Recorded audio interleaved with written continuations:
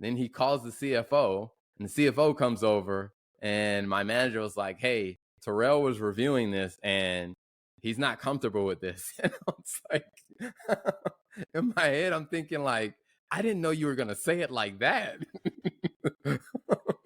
Because I'm like, this is like the top finance person in the company. Like, I could be fired today. Hello! You are listening to CPA Career Path Podcast with Rosie Flaherty, CPA MSA. This is episode number 58. We continue the conversation with Terrell Turner to discuss about his experience as being the youngest team member in an industry job, gaining valuable work experience in Brazil, and transitioning to a more challenging job after returning to the US from Brazil. I'm just curious, when you work in private accounting, do you normally work with people at your same age at that time, or people normally at the older age? Oh no, I was definitely the youngest. So I would say I guess my manager was probably about 10 years older than me at the time, and he was probably the closest to my age. Now there were some people who worked on like the manufacturing floor that were around my age, but when it came down to like working in the office setting, like I was one of the younger people, and which it made me stand out because like I was one of the very few people that worked on like on the office side of the plant, and everyone knew me because I was the young one. And then eventually they started bringing in staff from the company I worked for, was called Navistar at the time, and they had a finance leadership program. So one of the rotations in the program is they would have like a new college grad that would come and that would work there, do like a 6-month assignment. So when they started having that role, then there was another person on the office side who was my age. And so, but before that, for like a year, I was the youngest. I was known as the young one, is what they called me. Yeah, I ask because it's very common when people work in public accounting and then they move up to the senior as an auditor and then they move out as a controller in private accounting. They end up being managing people who are a lot at the older age than them. And sometimes people find it like challenging because it looks like, hey, you're so young, but you are managing me and I'm a lot older than you. I have more experience. I don't know if you had that experience in the past. Yeah, so fortunately, like it wasn't an everyday thing in that first job that I had, but at one point when we had to do our physical inventory, so I mean it's a very big deal because you're shutting down operations. We need to do the physical inventory. You got to give direction, and so the controller at the site had put me in charge of it. So he's like, "Hey, these 65 people are reporting to you for today, and they're going to get instructions from you." And he was like, no pressure, but hey, every day that production is down, we're losing about $1 million. So don't mess this up. And so it sounds very nervous. Like, oh my God. And so it was definitely leading the physical inventory projects gave me my first chance of managing everybody. And even at that point, like the plant manager would tell me, I mean, like everyone knew the plant manager was the boss, but on that day he would come to me and he would say, "Hey, Terrell, today you're the boss. You tell me what you need. You call the shots." And so being able to manage people that were much older than me. And I remember like there was one situation where we were counting some stuff, and one of the ladies from accounting, that she had been there for years, and she was probably at the time she was probably in her 60s, and I was in my early 20s, and she came to me and she was like, "Well, I disagree with this procedure," and really just having to have that conversation with her. And then like, "Hey, I understand that you disagree, but this is the way we're going to do it." And she was like, "Well, that's not right." And it's like, and just having to have that conversation with her, and just really, like, I had to really know what I was doing. And I think it really prepared me, because, like, hey, not everybody's going to agree with the decision that you're making, or, the leadership route you're taking. Now, 2 days later, she came back to me and she apologized, and she said, you know what? I now understand what you were trying to say. I think you made the right decision. And at the time, I was just like, well, you could have let me know that in a moment instead of arguing with me about it. But I think it really taught me to, that as long as I kind of interacted with people, even people who are older than me, as long as I treated them with professional respect, and I actually took serious what they were saying, and I actually, took serious what I was doing, and I was able to articulate why I was making a certain decision, even if they didn't agree, we could still move forward with the best outcome. And so I would say I took that lesson as I progressed through my career, because after that job, like, I had moved into various leadership roles. And I remember for that company at the time, it was about a $14 billion company. And one of the roles that I was in was in investor relations. And it was at a very interesting time in the company, where we had new CFO coming in, we had new CEO. And I remember we were getting ready for the Wall Street analysts were coming for a visit. And so we're preparing for our quarterly to do our earnings call. And part of my job was to prepare the senior executives for some of the questions that they were going to get. And so I think about it like I was a ghostwriter, to where, like, some of the answers that they gave to Wall Street analysts, I was the one who wrote the answer of, like, hey, here's how we should answer this question, or here's how we should address this concern that, hey, JP Morgan is having about, our stock price, or like how we're handling warranty accounting or something. And so during that time, for me, it was like the pressure was even higher, because it's like you're interacting with someone who's older than you, and someone who happens to be the COO of a $14 billion company, or you're giving advice to the CFO. And I remember there was one thing that the CFO wanted to say on the earnings call. And when I reviewed it, I went to my manager and I said, I don't think we should say this, and I think this is wrong. And so he was like, all right, sit right there. And I was like, okay. Then he calls the CFO, and the CFO comes over, and my manager was like, hey, Terrell was reviewing this and he's not comfortable with this. And I was like, in my head, I'm thinking, like, I didn't know you were going to say it like that. Because I'm like, this is like the top finance person in the company. Like, I could be fired today. That's very nervous. Oh my God. Wow. And and then the CFO at the time, like, the CFO stopped, he looked at me and he paused for a second. He was like, I understand the concern, but I want to leave it like that. And then, a day later, our external auditors at the time, like, because external auditors would review some of the commentary that we would send to Wall Street analysts. The external auditors came back and said the exact same thing that I said. And so we ended up having to change it. And I think from that point, it's just like being able to articulate what I was saying, and being able to articulate my point, and understand, like, I understand how the accounting for this works. And I think the way he wanted to say it, I was like, it wasn't technically wrong, but I was like, it would be misleading to the investors who don't know the full story. And so being able to articulate that, for me, it earned a lot of respect with all the senior executives, because they were just like, okay, all right, he knows this stuff. Plus the auditors, they found the exact same thing, and it allowed them to trust me a lot more. And so I think with working with people who are much older than me, it was like, as long as I'm able to, have a professional approach, and I'm able to articulate my point and articulate it well, that even if we disagree, this could be an opportunity for me to gain their respect, because I was able to articulate my point well and still stay professional. That's amazing. You must feel like I'm so proud of myself at that moment.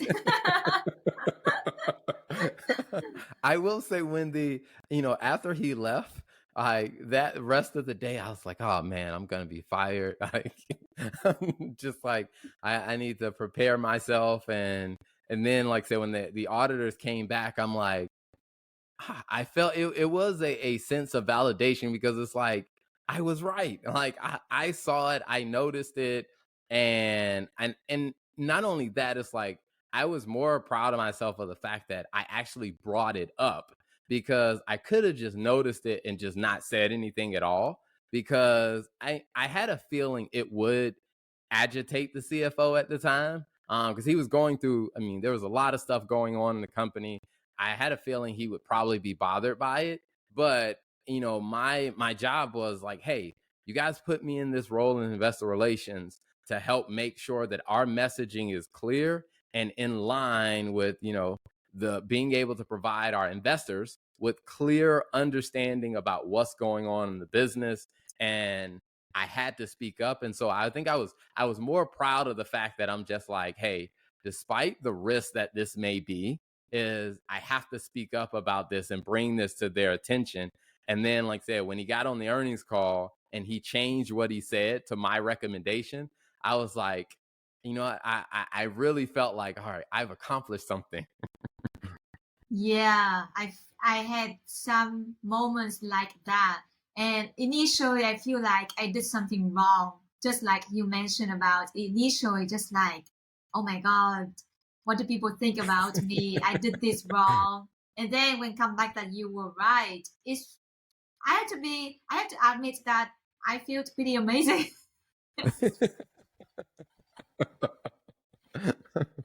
There's I think it, nothing it wrong. feels awesome. Yeah, I feel awesome. That there's nothing wrong to have that feeling, and you deserve it. You deserve it. And then, Absolutely. yeah. Sorry, go ahead. Because I think about when when you take a risk like that, or you step out and you use your own knowledge and your skill to say something that this is probably not the most popular, or other people may not have seen this, or they may not have recognized this, or hey, other people may not agree, but based on the evidence and what I've analyzed, like, hey, here's the conclusion that I've come to. And I think when you step out and you take a risk like that, and then you find out on the back end that you were right, you do feel like, man, I'm very proud of myself. Like, I feel really good. I know. That's an awesome feeling. Yeah. So after you work at Navistar Inc. for about 3 years. You moved to GE Aviation. Was that experience from GE Aviation? The experience that you just shared with us? So that experience was at Navistar, and so Mm. after that experience, like I said, I earned a lot of respect from different leaders, and after that role, I got a chance to move down to South America, and I did a finance role where I lived in Brazil and worked with the business unit there, and that was very interesting because there I got a chance to, I was living in Brazil, working with the business entity down in Brazil. Plus, part of my role was to be the finance support for the engineering team. And we had engineers in India, and then we also had a joint venture in China. So it's like having to manage all of that. And that's where I really got to learn how international business works in reality, as opposed to just how it works in the textbooks. And so I would say that experience was really good, and I think what it did is it allowed me to take my finance skills and then drop me into a completely different, scenario of I'm working with a team in Brazil where their predominant language is Portuguese. You're working with a team in India, and then you're also working with a team in China, and it's not like we were working with our staff in China. We were working with a joint venture in China. And so it's just like you're having to understand the workplace culture of India, workplace culture of China, the workplace culture of Brazil. And then we started doing a joint venture in Argentina. So you're trying to like figure out all of these different cultures from around the world. And then you're trying to translate all of that back to the team in the US. And I would say it was an exhilarating and very challenging experience, but I think it allowed me to grow as a professional a lot. So 1 year, what did you like the most in Brazil? I would say I love the people because when I first got there, um, many of the people that I had to interact with, many of them didn't speak English. And so trying to figure out, like, I mean, if you're trying to do, let's say, you're trying to do a financial analysis and you're trying to get to the bottom of something and you're trying to ask questions and the person doesn't speak English, and it's just like, and they didn't feel comfortable speaking English about the subject matter. Like they had some English and I wasn't that fluent in Portuguese. So it's like you're trying to find a way to really get your job done in a way that doesn't seem the most ideal. And then also I learned that in Brazil, that culture of they want to like you as a person before they really cooperate with you. And I didn't know that at first, because in America it's just like, hey, everybody's here to do their job. Whether you like me or not, you're here to do your job. Whereas in other cultures, that's not the case. And so I learned more of the human side of working in business, to where it wasn't just about the numbers. It was, how do you develop relationships and connections with people, and how do you build influence so that you can get the job done? And the people in Brazil really helped me understand the human side of working in a business a lot more than I had when I was working in the US. Interesting. It probably took a lot of your patience to work with people in Brazil when language is the big barrier there. Yeah, it took a lot of patience and it was very frustrating in the beginning. But surprisingly, there was a very easy solution. Really? and, and because what it was around Valentine's Day in the US. And so what I had done was I went to the store. I bought a bunch of chocolate. So on Valentine's Day, I went out and I handed chocolate to everyone. And they kept asking me, "Oh, what is it for?" Because there they have a tradition, like, if it's your birthday, you buy like candy and you share it with everybody else on your birthday. And so everyone kept asking me, "Oh, is today your birthday?" That's why they thought I was giving them the chocolate. And I gave it to everyone in the accounting department. I went to the sales team. I went to HR and gave them chocolate. And they asked me, they were like, "Well, is it today your birthday?" I was like, "No, it's Valentine's Day." And they asked, "Well, what is that?" And so I explained, I was like, "Well, on Valentine's Day, you would give out candy to people that you care about or people that you thought were special." After that, I got all the cooperation that I needed, to where even when I had to talk to someone who didn't speak English, like I would come to their desk and they would tell me, they would say, "All right, hold on." And then they would go get someone who spoke English, and then they would bring that person back to the desk to translate, to where I'm like, "Oh my gosh, this handing out chocolate solved my problem." Wow, that's a really great solution there. It's really solved your problem. Now you don't have to worry about the language barrier anymore. Absolutely. Very smart. Very smart. Yeah.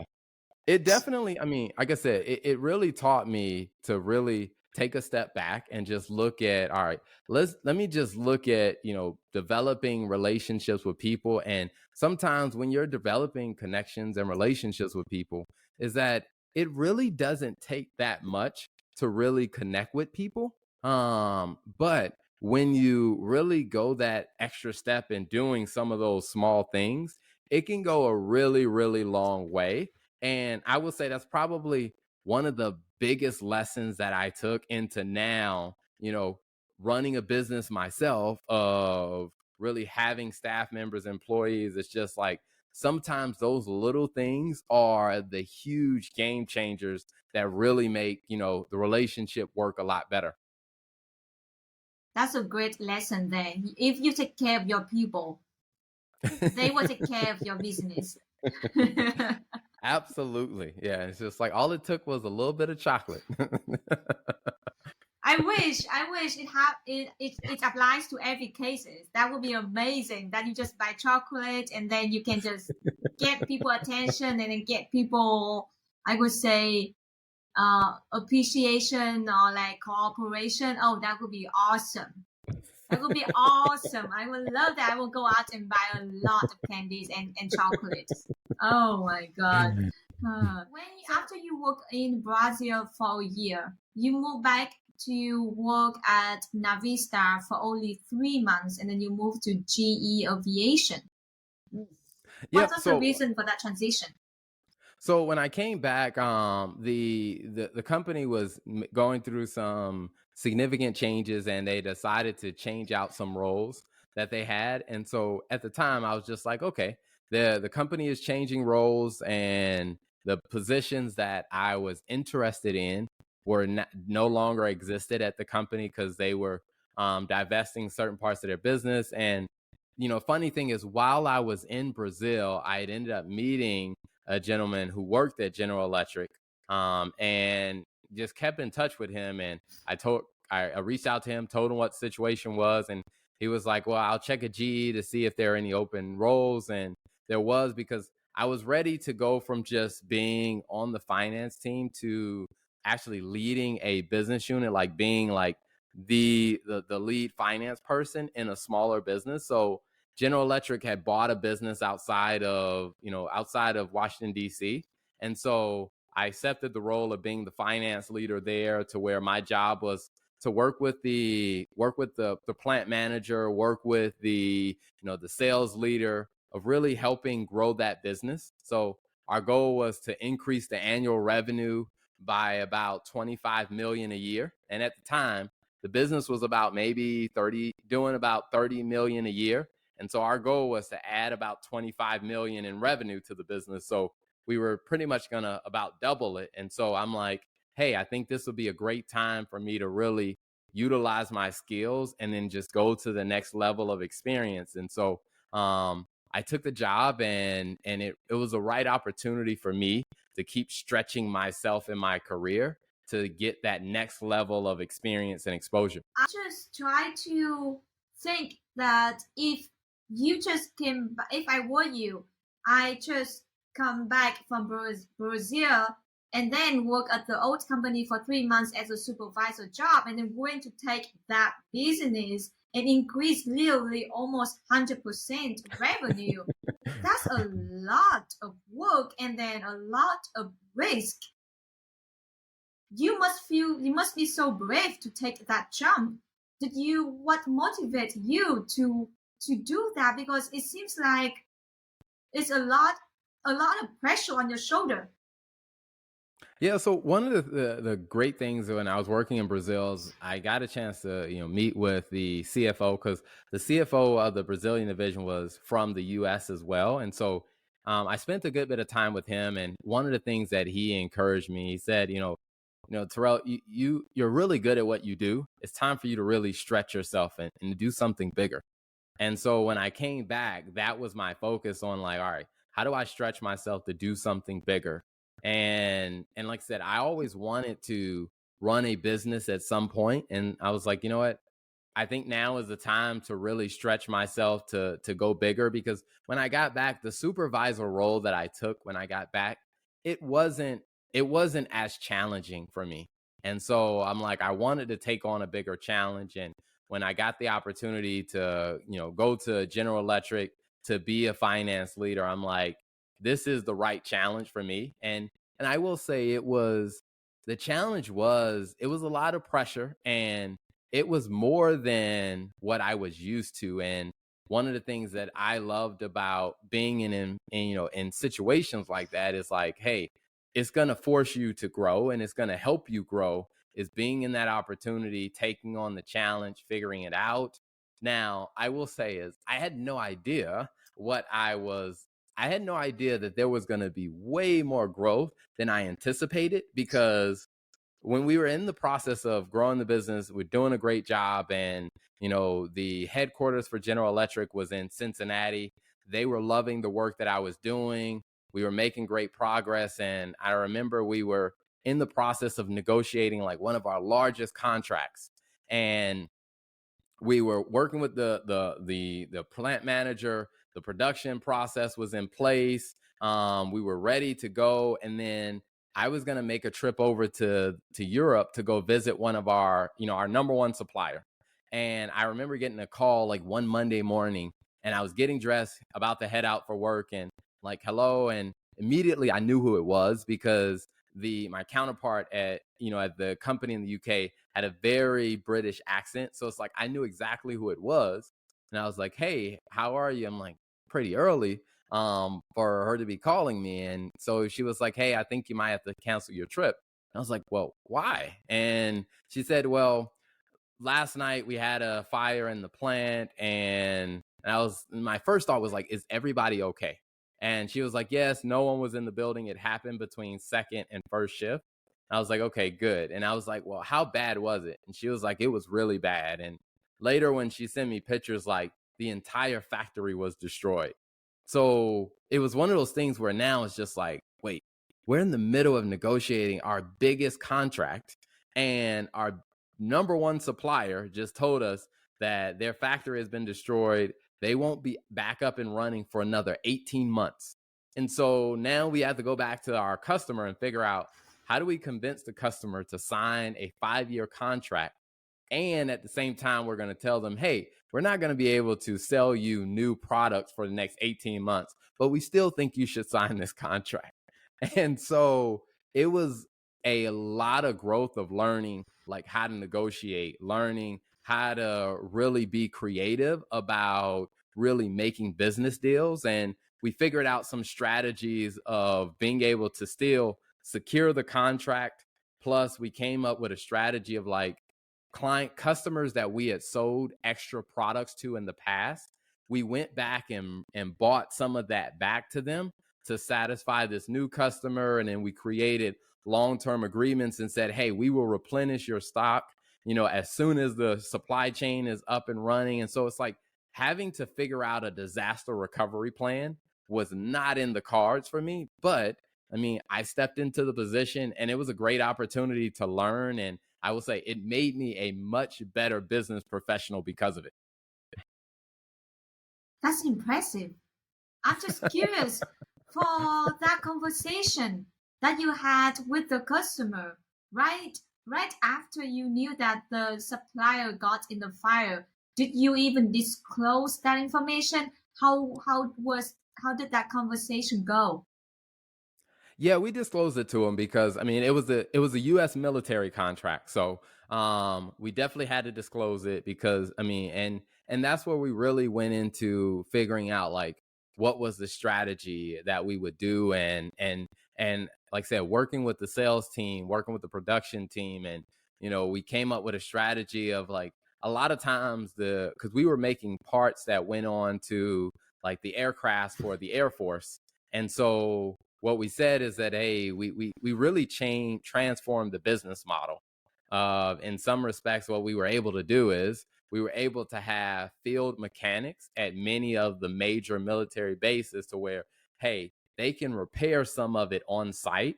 So you wouldn't have to take it off the plane and send it back in, to where we realized that, hey, we had to come up with a strategy on how do we redefine what we do to best support our customers and to keep our customers happy. Because I mean, from a multiple aspect, it's like it's the military, so we wanted to make sure that they were ready for whatever missions that they had. So we had that drive for us. Plus, it was also critical to our business. I mean, it was our largest contract, so we had to figure that out. And I think what it did for me is it pulled me out of just knowing the numbers of revenue recognition and expenses and how to account for leases to how do you actually think like a business owner, and how do you really start to get out of what's comfortable for accountants to really then manage people and figure out what decisions need to be made for the business. Plus, on top of that, you still have to do month-end close and all the accounting stuff, but you got to do the other stuff too. So more responsibilities on your shoulder, but also more lessons for you to learn as running a business as well. That sounds like a win-win, even you probably feel very stressed. it was a very stressful time. Yeah, it sounds like But it sounds like that. but it was very rewarding though. It was very rewarding, and like I said, I appreciate it because for me, it's like I was on this path of recognizing that the accounting profession was destined to change at some point, to where we would have to do more than just accounting, to where there would come a point in time where we would go through this massive transformation, and people were going to rely on us to actually help guide the business more than we had done in the past. And so for me, it's like I had a feeling that's where the profession was going. And so I'm like, you might as well just dive in and start doing it now. It's just that when the industry started changing, and now, there's so much emphasis on accounting professionals being advisors to their clients, or them being advisors to the non-finance staff. It's like I was already prepared for it. Yep, you have a lot of interesting experience, I can say, with like understanding the accounting and at the same time understanding the business as well. Absolutely. Yeah. I mean, it was definitely a great time. And I think it's something that a lot of accountants should really look into. It's just, how do you allow yourself to go beyond just the numbers? And how do you really start to evolve into being a more well rounded accounting professional, to where you can really speak to more than just the technical accounting? Because, with a lot of the technology advancements, technology is able to do some of that technical stuff that companies used to only rely on us.